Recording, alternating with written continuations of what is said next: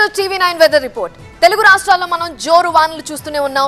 అయితే ఇవాళ తెలుగు రాష్ట్రాల్లో ఏ జిల్లాలకి వర్ష సూచన ఉంది, ఎక్కడెక్కడ మోస్తరు వర్షాలు, భారీ వర్షాలు కురిసే అవకాశం ఉంది, వాతావరణ శాఖ అధికారులు ఏం చెప్పారో ఒకసారి మనం వెదర్ రిపోర్ట్ లో చూద్దాము. ఆంధ్రప్రదేశ్ కి సంబంధించి మొదటగా 12 జిల్లాలకి ఆరెంజ్ అలర్ట్ జారీ చేశారు అధికారులు. అలానే 14 జిల్లాలకి ఎల్లో అలర్ట్ ని జారీ చేశారు. గంటకి 45 నుండి 65 కిలోమీటర్ల వేగంతో ఈదురుగాలు కూడా వీచే అవకాశం ఉందని చెప్తున్నారు. మత్స్యకారులు వేటకు వెళ్లొద్దని అధికారులు సూచిస్తున్నారు. So yellow alert, orange alert లో ఉన్న జిల్లాలన్నీ కూడా అప్రమత్తంగా ఉండాలి. ఆ ప్రజలంతా కూడా అప్రమత్తంగా జాగ్రత్తగా ఉండాలని వాతావరణ శాఖ అధికారులు సూచనలు చేస్తున్నారు. గంటకి 45 నుండి 65 కిలోమీటర్ల వేగంతో తీరం వెంబడి బలమైన ఈదురుగాలులు వీచే అవకాశం ఉంది. ఈ నేపథ్యంలోనే మత్స్యకారులు వేటకు వెళ్లవద్దని సూచనలు జారీ చేస్తున్నారు వాతావరణ శాఖ అధికారులు. ఏపీలో దక్షిణ రాయలసీమ తప్ప మిగతా అంతటా కూడా వర్షాలు కురుస్తాయని చెప్తున్నారు.